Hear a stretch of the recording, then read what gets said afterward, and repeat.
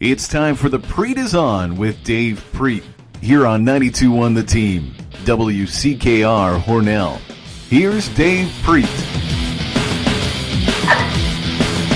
And welcome everyone to the Prete Is On with your host Dave Prete, and happy Juneteenth weekend, happy Father's Day weekend to all your fathers out there, including my father, John Prete, and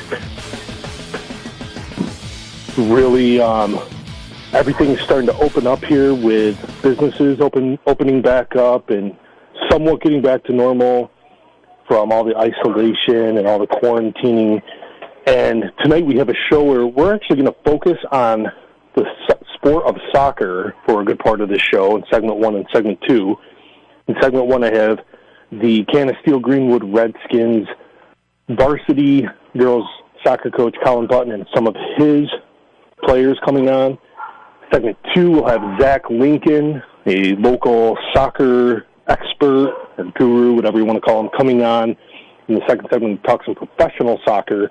And then in segment 3, I'll get into the current state of Major League Baseball. Will there be a season? Will there not be a season? Nobody still knows at this point, but they better figure it out soon if they're going to attempt to have a season this year. So we'll talk about that in segment 3. So, without further ado, let's get to Coach Button, who is on the studio line, along with some of his players from Canisteel Greenwood girls varsity soccer program. Coach, welcome to the show. Thank you. Now, Colin, this has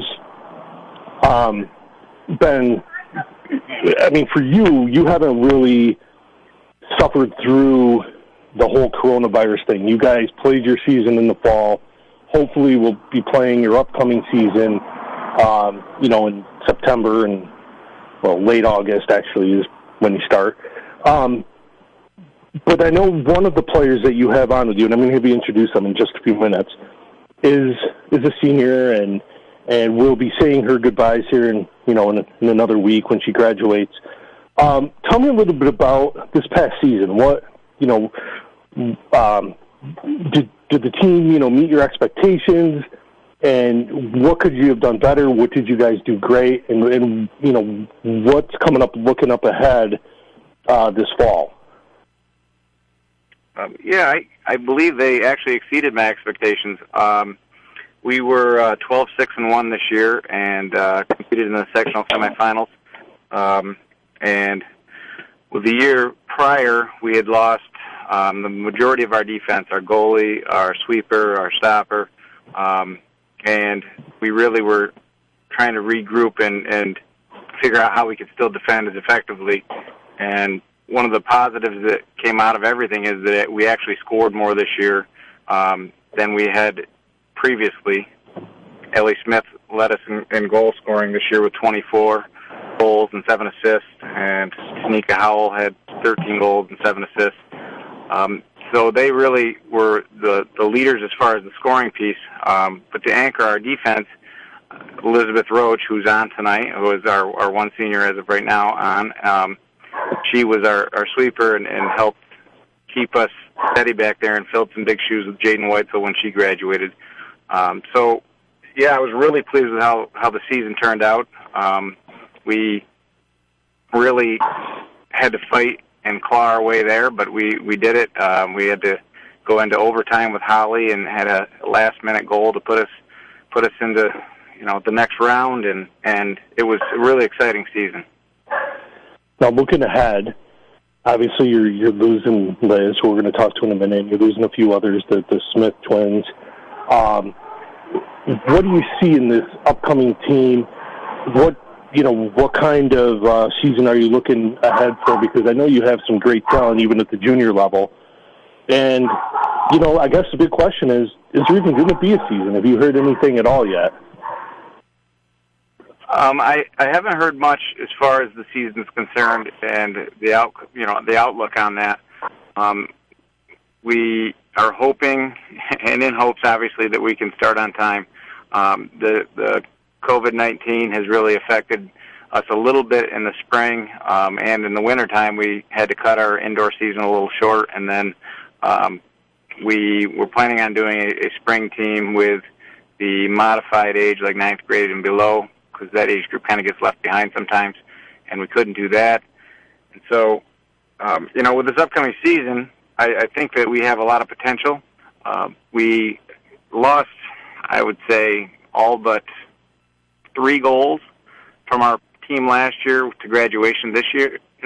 So that's going to be a big piece for us, is to find that next group of goal scorers and people who can put pressure on the other team's defense. I feel our midfield will be pretty strong. We have Savannah Mbusky that may be filling some roles in there, and she'll be on tonight, along with returners Alexa Robbins, who's on, and my daughter Cameron Button played some midfield as a sophomore last year.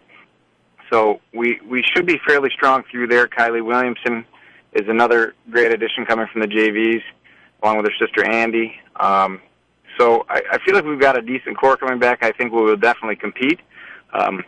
I don't know how that's all going to look when we're facing our competition, because we haven't been seeing each other. Usually we would be getting together a couple nights a week and playing by now. So we've definitely been affected by the COVID-19, but I have a positive outlook as into next year and what it's going to look like. Yeah, let's hope all the spring sports resume as normal. I know there's been different talk of maybe shifting some of the the sports around, shifting seasons. I know that's a rumor that's been going around, but let's hope in another couple of months we'll be ready to go, and all the boys and the girls can suit up and get ready for their respective seasons and get back to a normal routine. So you have some of your players on tonight. If you would take the time right now to introduce them, that would be great. And then I got some questions I want to ask each of the players, especially Liz, your senior. Okay. Elizabeth Roach is our senior on right now. She played 3 years varsity for me. Along with her, there's Savannah Mbusky, who's a junior, going to be a senior next year, and Alexa Robbins is also a junior this year, going to be a senior next. So those 3 are on right now. Liz, obviously is gone for me. I don't have her back, unfortunately, but she was a great player for us, and so I'll let you talk to her. Sure. So let's start with you, Liz. And you had a very prolific career, not only on the soccer field but also on the basketball court as well. And this whole thing this season, I mean, it's got to be very bittersweet for you. You did get to play your soccer season. You got to play, through the basketball season right up until the end when things started to shut down. But as a senior, who's graduating, 3 months essentially of the school year were kind of taken from you. And it's a very unprecedented thing. Nothing like this has ever happened in, any of our lifetimes, or probably parents or even grandparents' lifetimes. Tell me about, what you've done over the last 3 months to kind of, stay in touch with some of your classmates, what you're doing to prepare for kind of life after high school, after you graduate next week, and is sports involved in your future, after you graduate, when you go off and, start your adult life? Yeah, it's been definitely a change for me, because some of my friends were quarantined. I wasn't able to see them, so I definitely had to learn how to communicate with them better and stay in touch. It was hard. And I plan on playing basketball in college next year. And I don't know if I'm doing online college yet or staying in a dorm at the college. And where are you heading off to, Liz? I'm going to Broome Community College in Binghamton. Okay. What, have you decided a major yet? Yeah, dental hygiene. Great. Fantastic. Well, good luck to you, Liz. And again, congratulations on all the accomplishments academically and on the field and on the court. And, hopefully next Friday's graduation, I know you're going to have a limited attendance, but at least you guys get some sort of ceremony, because about a month ago it was all in doubt. Nobody knew what was going to happen. So I'm glad, that the district was able to pull something together for you guys to enjoy your graduation. So, congratulations to you and all the senior class in Canisteo Greenwood. Now, I want to talk to the juniors. Savannah, I want to talk both to you, and to Alexa. What do you have as far as, coming up with your expectations and going from your junior to senior year? You guys are going to be, the kind of the new leaders, and, you're going to be the ones that are going to have to step up and fill the shoes of some of these seniors who are leaving. What's your outlook and your take on the upcoming season? And tell me what you guys think the keys are for you guys to be successful this coming soccer season. I think that we have really big shoes to fill because we lost a lot of potential on the team from the seniors that are graduating. But I think if we just stay focused and work on communication and keep the hard work going even through the end of the season and going on to sectionals, I think we'll be able to do it and we can pull it off. Now, that was Savannah. Okay. Alexa Robbins, what's your take on the upcoming season, and are you excited entering your senior year? Yeah, I'm really excited. Just with the COVID thing, we haven't been able to play together as much. So I think one of the key things that we need to do from an early start is just bond as a team, make sure that we have that communication, and it's going to be harder, but I think we can do it. Well, the whole COVID-19 thing, again, it's an unprecedented time. It's really, put a lot of pressure on, different, not only sports programs, but just school districts to, scramble. And COVID-19 is definitely an unprecedented time, and it's really, put a lot of disappointment. It's created a lot of disappointment for students and athletes, not only, Canisteo Greenwood and across our region and state and across the country. And then, I'm glad that you guys are hanging in there. You're finding ways to, still communicate with one another. You're finding ways to still continue to, improve all your skills on the field. And again, let's hope come fall that things will get back to normal, and, we'll have some soccer and football and, whatever fall sports, the schools offer, that we'll be able to watch all these sports, because you guys have gone through 3 really tough months, and they're talking about a second wave possibly coming. Let's hope that that's not the case. I'm sure you guys are all anxious to get back to school, right, you juniors? Yes. Good answer. And Liz, I'm sure you're, really excited to get going with your college career. So again, thanks for coming on the show, you guys. Good luck to you, and it's a pleasure. And we'll have you on as it gets closer to the soccer season, maybe towards the middle or end of August. So thanks again for coming on. Thanks for having us. Yeah, that was Coach Colin Button, Canisteo Greenwood girls varsity soccer coach, with 3 of his players. And we will be back after this break with Zach Lincoln to talk some professional soccer. Mullen Factory Direct Flooring in Almond is open, and they want you to know that they're following health and safety guidelines in order to keep everyone safe during this crisis. Mullins also understands that you may have a flooring project with a deadline that can't wait, like apartment renovations, new construction, an unexpected catastrophe. Whether you need it installed or you do it yourself, they'll do their best to make sure they take care of you with safety in mind and get that project done on time. They have over 500,000 square feet of in-stock flooring, and they offer special financing to qualified buyers. Mullen Factory Direct Flooring in Almond. Drive forward at Maple City Dodge in Hornell. Check out the incredible deals. The lease specials are crackling hot. Well-qualified returning lessees lease a new 2020 Jeep Cherokee Latitude Plus 4x4 with an MSRP of $31,580 for only, are you listening, $299 a month. The Latitude has heated seats, heated steering wheel, and remote start. Lease includes 10,000 miles per year for 36 months. $3,000 in first payment due at signing. Taxes, title, registration additional. This deal and so many more at Maple City Dodge.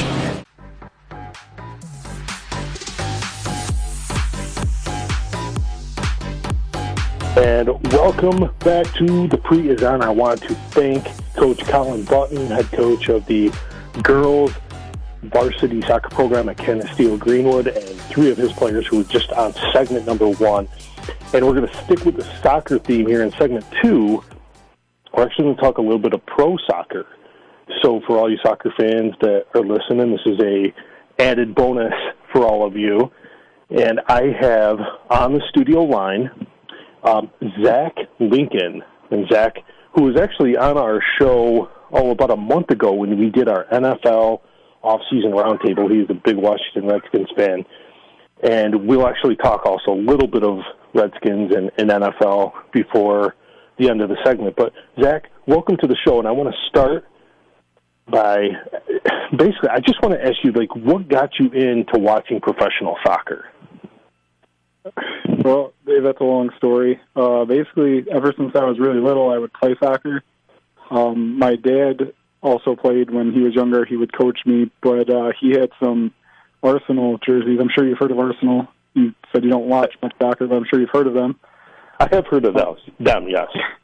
Yeah, well, when he was just out of high school, he went over to Scotland. Then he went to Scotland. He played soccer there, and then they went to some professional games around England, and one of them was an Arsenal game. And he coached with one of the managers for Arsenal. And so the guy brought him back into the locker room and gave him some jerseys and some warm-ups and stuff like that. So I found those up in the attic, and I was like, wow, these are really cool. And he kind of didn't tell me the story, he just said they were soccer jerseys. So I was like 7 or 8, and I thought, since it was a long-sleeve shirt, it was a goalie jersey, and I took it outside, and I dove in the mud with it, and I ruined all his new Arsenal stuff that he had. So that was all authentic stuff, but that kind of just got me into the whole English soccer, is looking into finding out what Arsenal was and all that. I'm not an Arsenal fan at all. I'm a Liverpool fan, but that's kind of what started it. So it's been a while. Okay, now, I have heard of Arsenal. I have heard of the Manchester United, and I think most people, even if you're not a soccer fan, know the Manchester United. I have heard of Liverpool. So it's not like I haven't, heard of these teams. If you ask me to name a player or the coach of any of these teams, I have to be totally honest, I couldn't do it. So right. I actually find it really impressive that there is, somebody here locally who knows a lot about professional soccer and follows it closely, because to be honest with you, you were the only person I know in the area who does. So this is why I want to have you on the show, because you're kind of my go-to person. So I know that they're just starting back up, the Premier League, this weekend. So tell me, again, because I know nothing about this, where are they leaving? Where do they leave off? Who's in first? How many games are left? And in your opinion, who's the odds-on favorite to win it all at this point? Right. So obviously, when the coronavirus happened, everything shut down. All the sports shut down, and they actually shut down sports over there first. So they stopped. There's 9 games left in the 38-game season, so they don't have much left. I know a lot of the professional teams here are switching to tournament styles to just kind of get some sort of season going. They figured 9 games is as many games as you play in a tournament anyways, so let's just finish out the season. But that was 100 days ago, so it's been a while, and a lot of these teams finally got to train about a month ago. But where we left off, 9 games left. Liverpool is in first. We're 22 points clear, so out of those 9 games, they just have to win 2 of them. If they win 2, then they win the league. So it's pretty much a done deal with Liverpool. They've only lost 2 games in the last 2 seasons. But then beneath them, you have Manchester City, Leicester City, and then Chelsea. So that's basically where we left off. Those 4 teams qualify for the Champions League if they stay in those positions. So even though Liverpool's kind of running away with it, it's really important that they stay in the top 4 so they get to play European soccer the rest of the time. But, yeah, basically with 9 games left, they started the games back up on Wednesday. There was 2 games. There's a couple games today, and then through the weekend there's going to be more games. And it's always on NBC Sports. It's in the morning because of the time change, or the time zone. So if you want to watch it, it's a good time to start it. It's a live sport. No fans, but it's still a live sport, and it'd be a good time to start jumping on the bandwagon of Liverpool if you want. Sure. You know what? That sounds good to me. I don't even know where Liverpool is, but if if you say that they're the team I should root for, I'll do it. And I do know they have some pretty cool jerseys. My son actually had one of Liverpool, so I could dig that. It's all about the swag and what the swag looks like. So now there is a transfer period in the Premier Soccer League, and so I want you to explain what that is. And has the transfer period been affected by COVID-19? Sure, yeah. So during the summer and winter, they have a transfer market. They call it the transfer window. At that point, you can sign players from other teams. They can trade players. But then when it's not in that window, there's only very certain circumstances you can do any sort of business. So it's sort of like how free agency comes around. All the football fans get excited about it, and they want to see who's coming to my team. That's basically what this window is. It's going to happen. It's going to happen July 26th as of right now. But the major change with the coronavirus is economic impact. So lately, all of the players have been selling for hundreds of millions of dollars, like just insane amounts of money. Even defenders, goalies, everybody's just been going for so much money. But with the financial instability, I'm not sure that they're going to be going for that much anymore. I'm not sure how it's going to work out. I know that Liverpool just passed up on a player that they've been looking at for 3 years just because they're not sure of the finances. They don't want to spend big right now. They obviously don't need to improve that much, so they're going to wait it out. But other teams like Chelsea's linked with 4 or 5 really big spending moves right now. So it's going to be interesting to see. Got to see what the economic impacts of this are on that window, and I think that players will generally sell for less, and I think there'll just be less business in general this summer. So essentially it's a free agency period like MLB, NBA, and NFL have. They just call it the transfer period. Yeah, transfer window, yep. Okay, and we're talking with Zach Lincoln, local soccer guru, who we're talking actually about professional soccer. So for those of you who follow professional soccer or maybe who don't and would like to start, this is kind of a good education, a good background as to what professional soccer is and what it involves. And really, it's funny because any given, Saturday or Sunday, when I turn on TV, it's, usually, Fox Sports or one of those channels. They always have a game on, and I'll sit and watch it and try to understand what's going on. And I have to be totally honest, most of the time I don't. I do have kids who play soccer, but I know, at the professional level, it's more intense and there's more rules and and things like that. So this is a really good opportunity, especially now with essentially no other sports being played. I mean, MLB can't get their stuff together. I'm actually going to talk about that in the last segment. NFL still a couple months away. No NBA, no NHL. It's a great time, to turn on some soccer and watch it because there's really nothing else going on. So let's transition into the NFL. Or actually, what else has changed due to COVID? I want to ask you that question first before we transition to the NFL. What else has changed in the Premier League due to COVID, and what are they doing to contain and control it? Tell me, and also, the fan base, because I know a lot of these games, they draw huge numbers of fans. Are they still filling stadiums, or how is that whole thing working? Yeah, so basically just everything about it has changed. So they can't have fans at the games, so no fans at all. What they're actually doing to get fan interaction is putting big screens up and having people on webcams from home. Just they're watching the game, and you can see them in a bunch of different blocks, and it's really weird. I don't know what the point of that is. Maybe to make it seem like they're still playing for the fans. I'm not sure, but the stadiums are empty, which is really, really weird. It's usually full of people jumping and bouncing, and you hear chants going the whole time. And when you watch the German soccer that started about a month ago, the German soccer, when they score a goal, you wouldn't even know it. I mean, usually everybody goes nuts and throws stuff and cheers and everything, and it's completely different. It's a weird experience watching it from TV. I guess what the Premier League decided they're going to do is they're going to play artificial sound, like fan sounds. So they're going to be doing chants, like home field chants, and when a goal gets scored, they're going to have cheering and all this stuff. But it's not going to be the same at all. But as far as the fans go as well, usually they pack the pubs, they pack the streets, and they all watch it in the neighborhood for the people that can't afford the games. But they must be trying to do some sort of TV deal, or at least looking at it for next season. But as far as what else they're doing to contain it, they're doing weekly testing of the players. And what I think is weird is if you test positive for COVID, and even though you've been elbow to elbow with the rest of your team, it's just you that has to be isolated. So they isolate for 7 days, they test again, and then if they're negative, they hop right back into training. So that's different, and they're just disinfecting the balls. They're doing water breaks, just a lot of weird things that are just kind of precautionary and I think necessary at this point. But if you watch one of the games, you'll see even the bench players will have masks on, and they'll sit about 4 chairs apart, and it's just the weirdest thing. I don't know. I like the fan aspect, the atmosphere of it, so it's not the same at all. But again, at least it came back and we get to watch it. So you're a big Washington Redskins fan in the NFL.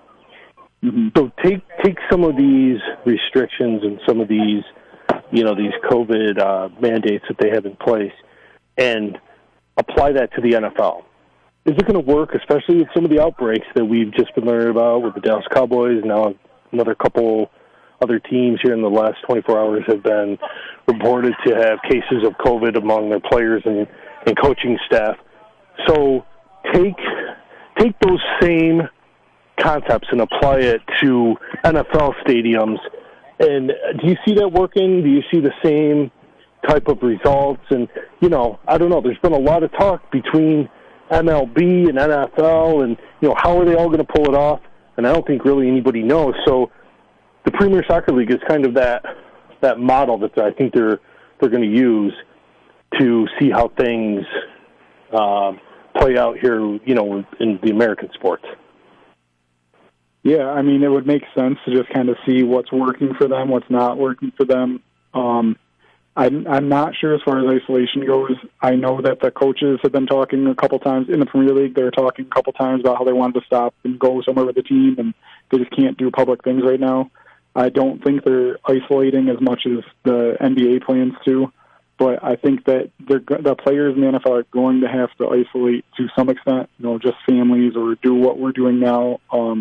But, Dr. Fauci says it's not going to happen unless they live in a bubble. But if you watch the other leagues around the world, they're not living in a bubble. They can still see some people, and they're not all living, like, in a hotel together or something. So hopefully, they can figure out how it's working over there. How can we, kind of social distance with everybody else, but still be able to live a life? Because that's a long season. That's almost 5-month season for the NFL. You can't expect these guys to go around 5 months without seeing anybody at all. But as far as the outbreaks go, there was actually a couple outbreaks when they first started testing players in the Premier League. There was a couple teams that had 6 or 7 players test positive, and it didn't delay the restart at all. So they started right when they planned on starting, but they didn't let those players back in the training grounds. They monitored them and retested every week until they were good to go, and apparently it worked enough to get the games going. They have full teams going. So I think this outbreak in the NFL that's getting all the coaches and the managers ready to just say, let's wait until October or wait until November or whatever. I think that they are just kind of pushing it and trying to find time, for themselves. Every coach wants more time to train their guys. Every GM wants more time to look at his players and all that. So I think that it's not going to be as hard to contain as they think it is. I think that these other countries, the other leagues are going to be a good model for it, and I just hope they kind of, pay close attention to it and see what they can do, because I really want to watch some football in September. Well, I think common sense is a big part of it, and, a lot of planning, I think, is going to have to go in to different things as far as travel and, like you said, making public appearances and things like that. I think you're going to see a lot of limitations put on, the NFL teams and MLB, too, if they ever, get their act together and get a season going. So it'll be interesting to see. But, hey, thanks for the insight, Zach, on the Premier Soccer League, on the professional soccer. Again, it's something that I know, not a lot of people here, at least in this area, are big fans of. And you would think with the popularity of soccer in this country and with the growing number of kids that are playing, more people would, become fans of professional soccer, become interested in watching professional soccer. So, let's see how how that plays out too in in the future, because like I said, you turn on the TV any given weekend and you're bound to catch a professional soccer game, and they're pretty intense and they're pretty exciting. So if nobody's ever really taken the time to watch one, I recommend you do that. So that was Zach Lincoln joining us. Zach, thanks again. You're welcome to come on the show anytime, and when we get a little closer to the NFL season, we'll have you on and we'll talk some Washington Redskins. All right, sounds good. Thanks for having me, Dave. Yep, Zach Lincoln. Thanks again, Zach. We'll be back after the break, and I'm going to talk some MLB, kind of the state of the MLB, and what a bunch of knuckleheads are running the show between the Major League Baseball Player Association and the owners. They can't seem to get out of their own way and get a deal done. We'll talk about that after the break. Courts Auto Collision. Hi, Bill. Never seen an insurance job we both can't make money on yet. Bill? And yes, I still have a free loaner car. Bill, I just called to... Courts Auto Collision, State Route 36, south of Canisteel, 698-9900. Online at McCourtsCollision.com. Bill, for the first time in my life, you have left me speechless. I am Bill McCourt. Wow. With some recent revisions, our certificate sale is still going on. Save up to 50% off your favorite restaurant or local business. Pay online and we'll ship the certificates to you at no extra charge. Go to www.921theteam.com and click on certificate sale. Buy the certificate you want and request that they be shipped. Let us help you save money. And thanks for listening to 921 The Team.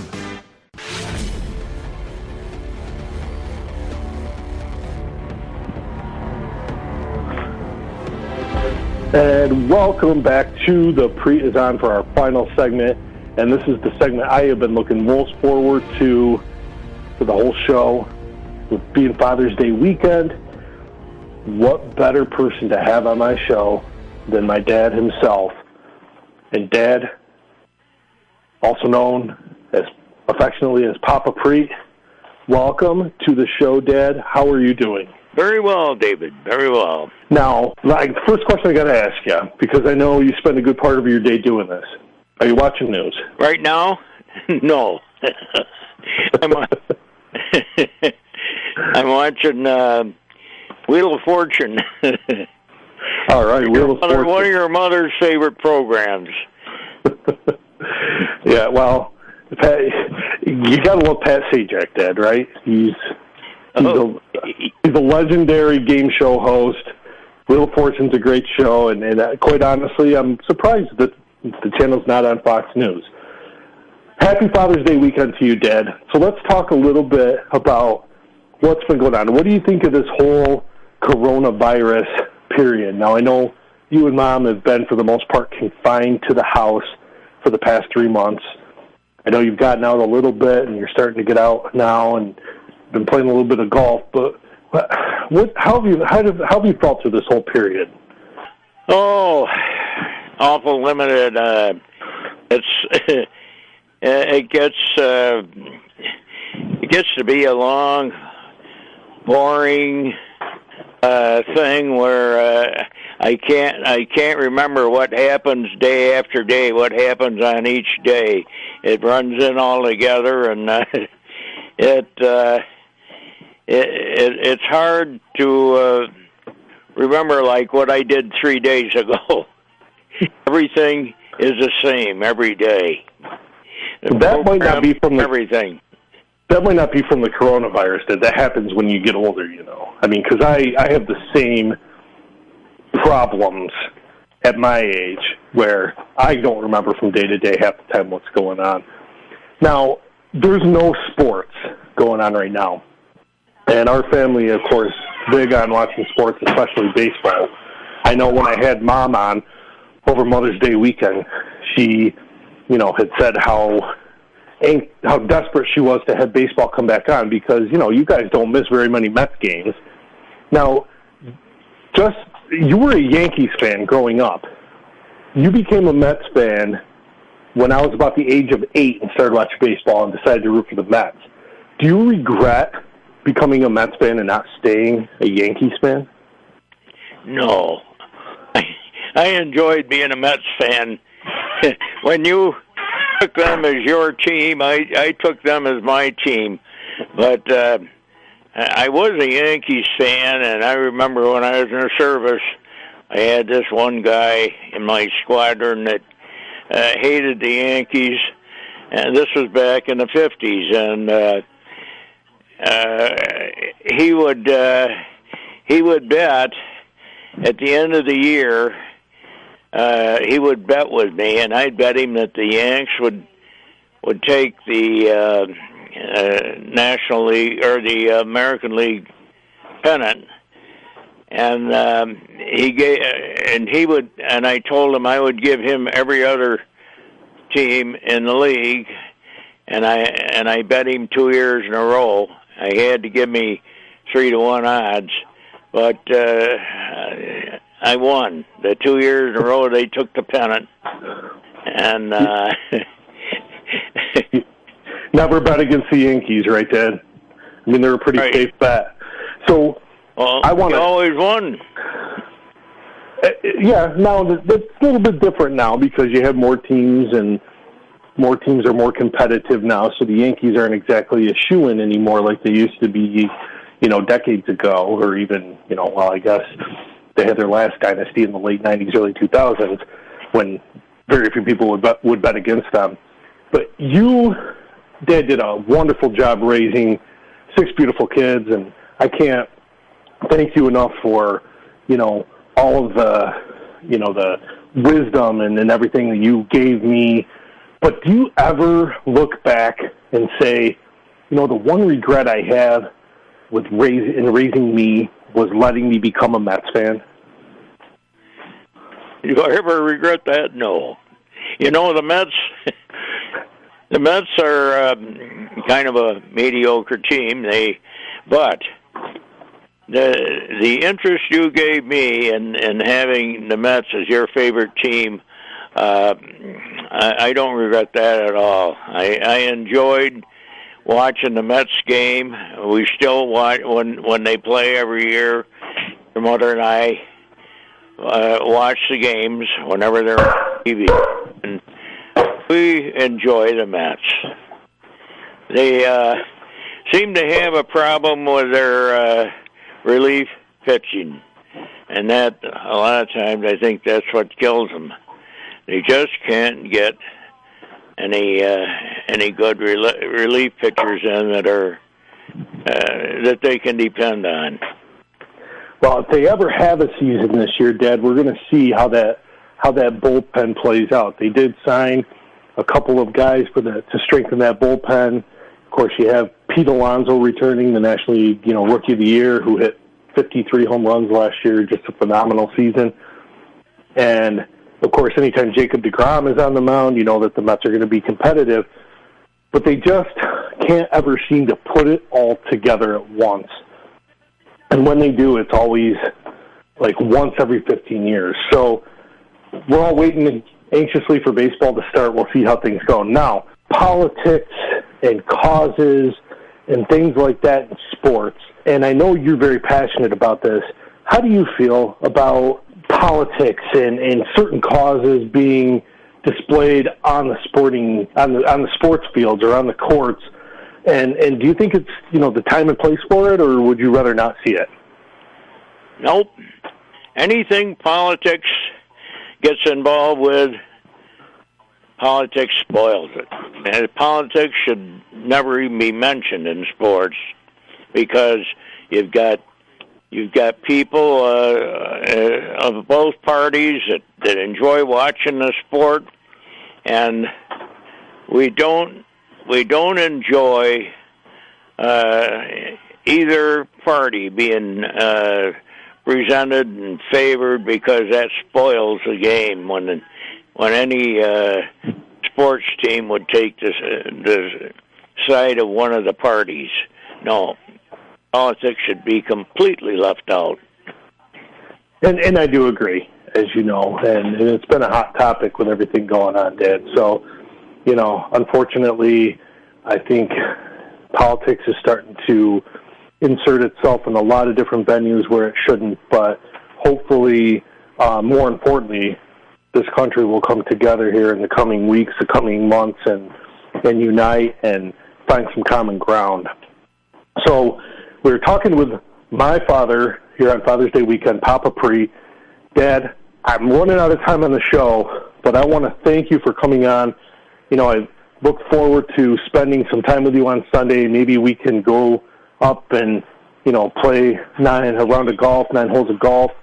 And now, before I let you go, I just say that you have been playing golf for a good part of your life, and I know how much you enjoy it. And if you don't mind me saying, you are 91 years old, and I find it very impressive that you are still able to go out almost daily and, you know, and play golf. It's one of your passions in life, and I just find it so impressive that you're able to do that.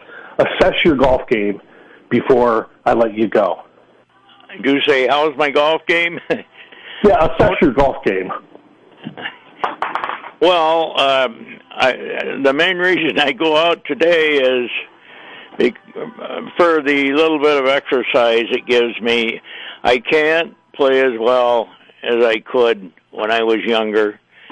So I have another 91-year-old I play with, and then we got a young fella on our group. He's 72, and he keeps score. But I don't keep score anymore because I can't beat the scores that I used to make when I was younger. I go out mainly for the fun and the exercise of it. And I hit some balls well and some balls not so well. But I just enjoy getting out there for 2 hours. We play 9 holes a day, 5 days a week, as long as the weather holds up. And we do it because we enjoy it and we don't have to score well. And Dad, that's why you should play the game. That's why you should play any game, because you enjoy it, you love it, and you know it's fun for you, and it keeps you in shape. So I am so impressed by the fact that you're still able to do that. And again, I look forward to hopefully on Sunday being able to go out on Father's Day and play some golf with you. So Mullen Factory Direct Flooring in Almond is open, and they want you to know that they're following health and safety guidelines in order to keep everyone safe during this crisis. Mullins also understands that you may have a flooring project with a deadline that can't wait, like apartment renovations, new construction, an unexpected catastrophe. Whether you need it installed or you do it yourself, they'll do their best to make sure they take care of you with safety in mind and get that project done on time. They have over 500,000 square feet of in-stock flooring, and they offer special financing to qualified buyers. Mullen Factory Direct Flooring in Almond. Drive forward at Maple City Dodge in Hornell. Check out the incredible deals. The lease specials are crackling hot. Well-qualified returning lessees lease a new 2020 Jeep Cherokee Latitude Plus 4x4 with an MSRP of $31,580 for only, are you listening, $299 a month. The Latitude has heated seats, heated steering wheel, and remote start. Lease includes 10,000 miles per year for 36 months. $3,000 in first payment due at signing. Taxes, title, registration additional. This deal and so many more at Maple City Dodge.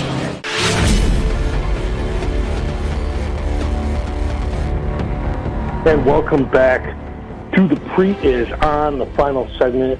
And again, happy Father's Day weekend.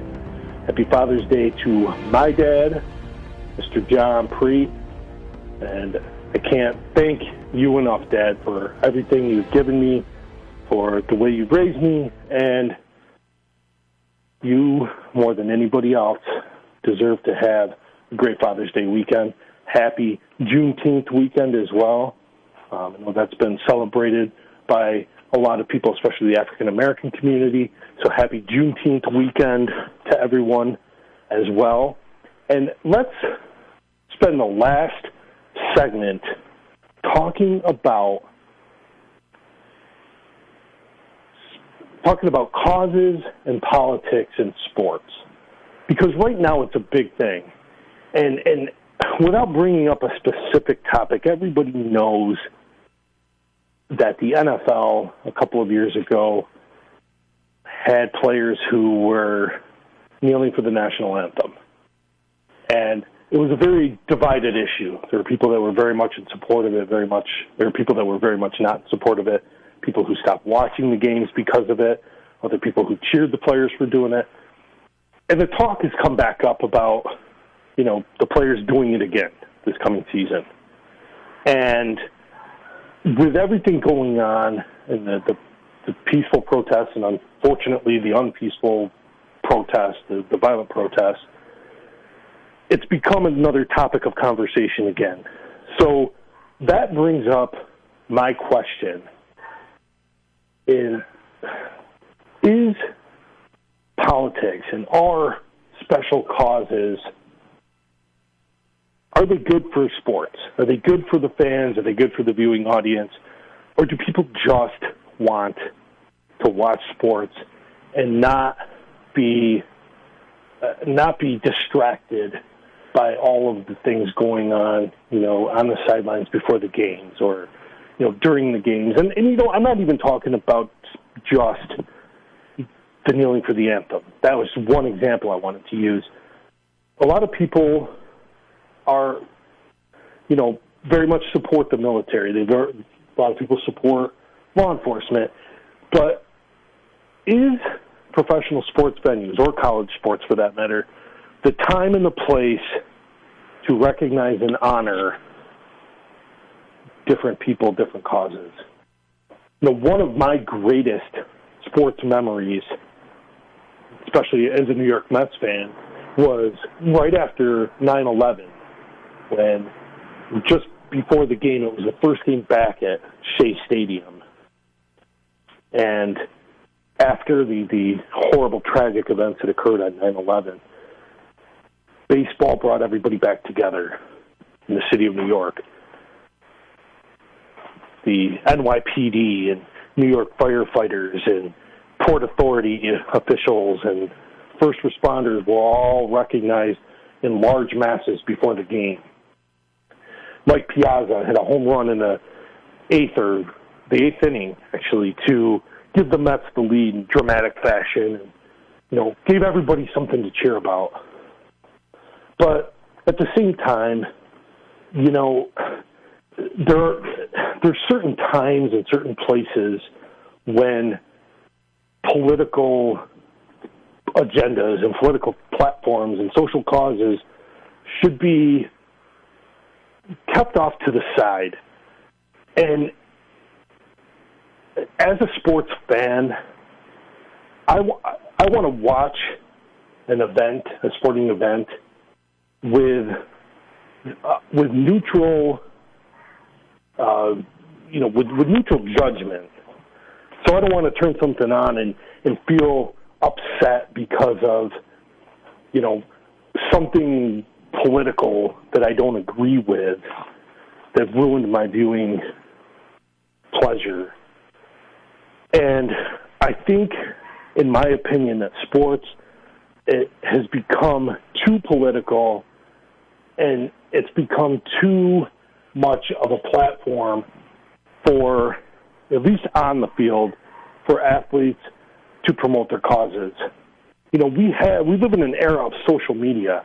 You want to promote a cause and you want to, state your political viewpoints, take to Twitter, take to Facebook, take to Instagram. Don't bring it on the court. Don't bring it on the field. As a paying customer, somebody who spends a lot of money to buy tickets, not only just the tickets, but you're spending money on travel to and from the stadium, parking, amenities, food, drink, paraphernalia. The last thing I want to do is invest a lot of money to go to an event only to have a player or a group of players bring their political or social views into the event. It needs to be a neutral place so when people go, the sole purpose is to enjoy the sporting event and get your mind off of everything going on in the world. And I don't think that that's where we're at right now with professional sports or even college sports to an extent. So that's my commentary here in the last segment of the Prete Is On. Next week, we're going to have hopefully, some musical entertainment next week, which is, by the way, July 4th weekend, by Dendel Hoyt. Dendel, a local star from The Voice who was from on season 4, and Dendel is from Perry, New York, just up the road. So hopefully Dendel will be able to join us next week. And we'll also have on our show next week Nate Bourgeois. Nate is actually a local sports, a rabid sports fan who I am going to give a crash course in how to host the Prete Is On. He might be my replacement in the coming weeks, so he's going to get a crash course in an apprenticeship on how to guest host the Prete Is On. So hopefully Nate will be able to join us next week. I may need him for a couple of the coming weeks coming up in July to step in and pinch hit for me. So once again, this has been Dave Prete. I'm your host of the Prete Is On. Happy Father's Day weekend. Happy Juneteenth weekend. We'll see you next week. And thanks to all the first responders and all those serving in the military for all the sacrifices that you make. I'm out.